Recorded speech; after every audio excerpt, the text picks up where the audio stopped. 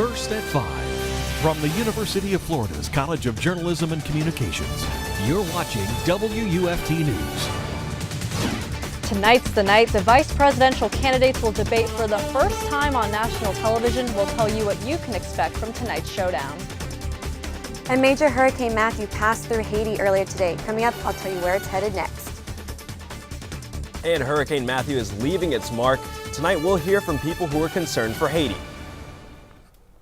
That's our top story tonight. Good evening. It's Tuesday, October 4th. I'm Stephanie Byrne. And I'm Ryan Nelson. Thanks for joining us. The storm is dumping significant amounts of rain on the island nation right now. WUFT's Alexa Lytle spoke to some local residents who have firsthand experience with Haiti, and they're worried. Yes, they are very concerned about the people right now. This is one big storm. This is the strongest hurricane to move through the Atlantic in almost a decade, and many people are concerned that the infrastructure in Haiti will not be able to withstand it. The Category 4 storm made landfall at 7 a.m. Eastern Time in Haiti with winds of 145 miles per hour, and it is expected to dump up to 40 inches of rain in the mountains of Haiti, which worries people who have been there on mission trips. I think the infrastructure and a lot of the houses were made out of sticks and they didn't really have roofs, or there's trash all over the city that probably is going to get flooded into homes. So far, Hurricane Matthew has claimed 4 lives, with 2 being fishermen in Haiti. People living in Haiti have lost power, and many have reported fallen trees and downed power lines. Parents and children are walking the streets with their belongings. And as the rain continues to pour, people worry that many who haven't recovered from the earthquake damage 6 years ago will suffer. With the infrastructure and it's really hard to prepare for something like that. And when you look at some of the people, some of the children there as well, coming from the earthquake and still haven't fully recovered, and so you're dealing with people that are living in tents, and now they have to find shelter and where they need to go, and so it's really hard. In the capital of Port-au-Prince, residents are walking the flooded streets. The main concern is that the rains could cause deadly floods and mudslides. Government officials did set up shelters in every major city in Haiti and encouraged people in low-lying areas to move to them, but many refused to leave their homes. Now the eye of the storm passed over Haiti earlier this afternoon, but outer band rains will continue there until tomorrow.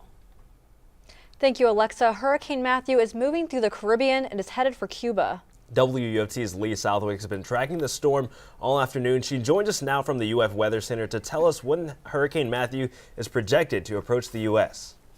That's correct. It is traveling through the Caribbean, and it passed over Haiti just earlier today. This is the path it took over the past 24 hours, and you see it is approaching Cuba. Right now it's a Category 4, and it is heading towards Florida, but first it must pass through the Bahamas, and it's expected to make landfall in the Bahamas early Thursday morning, and then it will be around on off the coast of Florida by Friday morning and Friday afternoon. And we must remember that the eye of the hurricane could be anywhere within this white color. So we do have to stay aware, stay alert, because these models are in disagreement.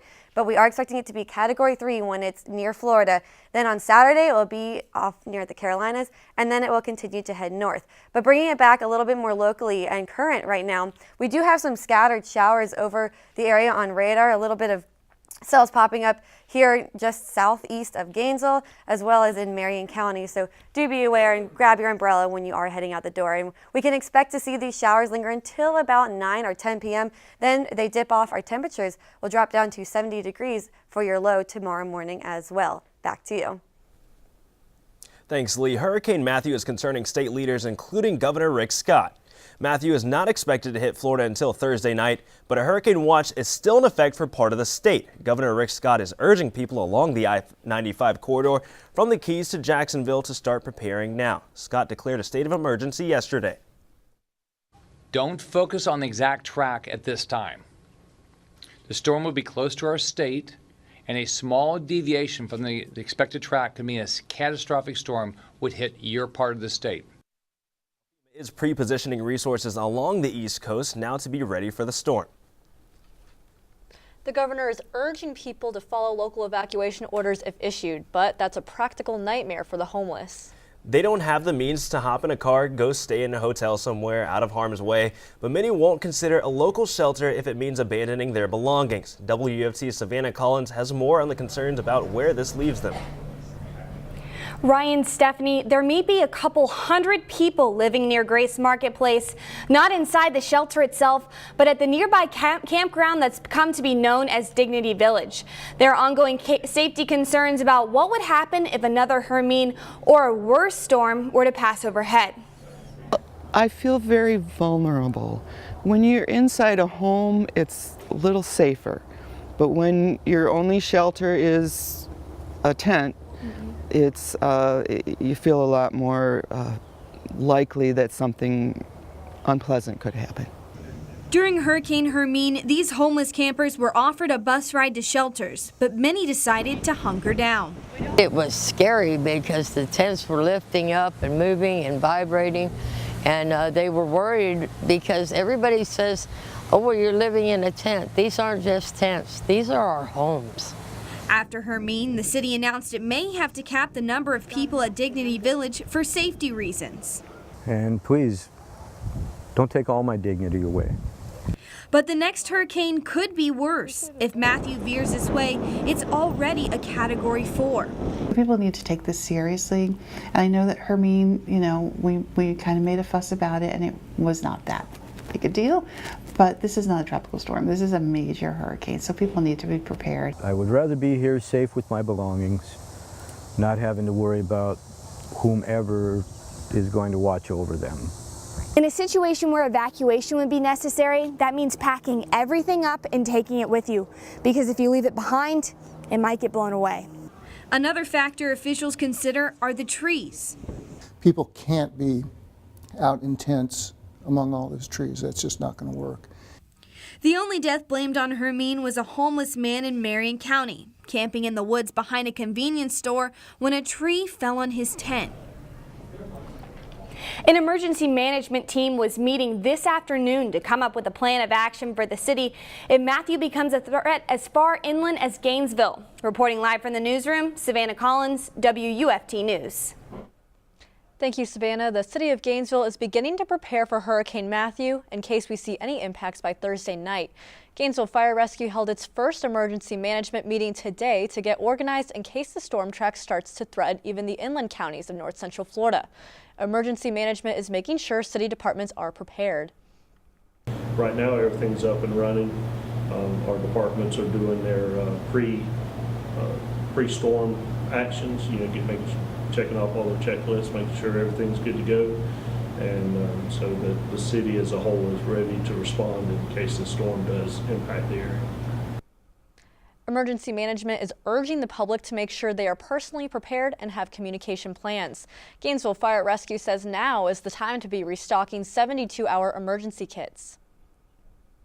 The city of Ocala will open sandbag stations starting tomorrow. Ocala residents can pick up bags from 8 to 6 at the Martin Luther King Jr. Recreational Complex and Tuscaloosa Park. The sandbags are free and limited to 10 per family.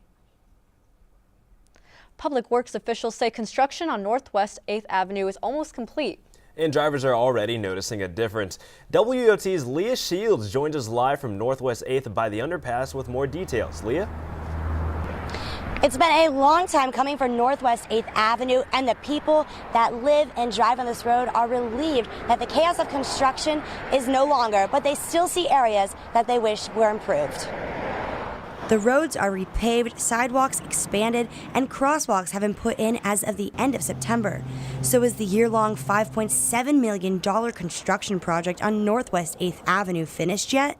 For the most part it is. We do have some deficiencies in sidewalks as well as asphalt there on the underpass of 13th Street that we have to address.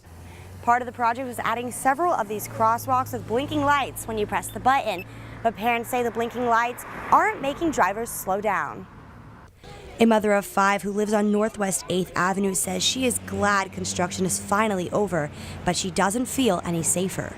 There is a crosswalk right in front of our house that was put in, but a lot of people don't pay attention to it because the speed is so high, and so they don't have time to slow down, or they're just not aware that the light is even blinking. Sutton says she wished they focused some more attention on the area of Northwest 8th from Littlewood Elementary to 43rd Street.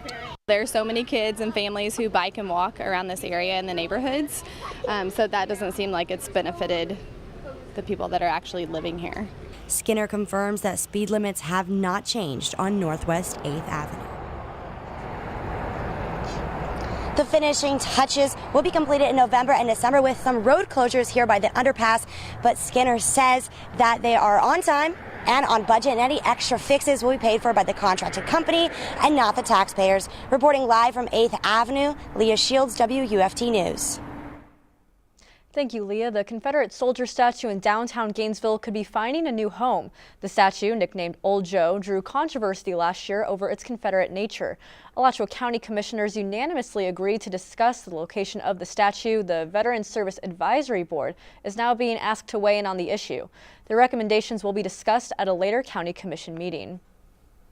Now covering stories making national headlines. Blue Apron is under investigation for workplace safety and violence. Police responded to the meal delivery services California plant numerous times last year. That includes 3 times for bomb threats and 7 times for assault. Blue Apron also racked up $20,000 in fines for chemical storage and employee training violations. Blue Apron says its rapid growth forced it to use temp agencies, but it's now adding permanent staff to solve the issues. And 2 tech giants are battling it out in the Supreme Court. Apple is asking the court to uphold a jury's award for damages against Samsung.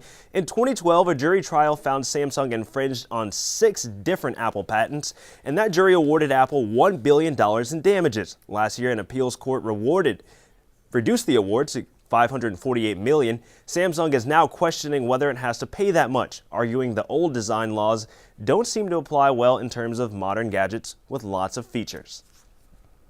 WUFT News First at 5 is just getting started. Coming up tonight, VP candidates are going head-to-head in their first live debate. We'll tell you where you can watch and participate here at home.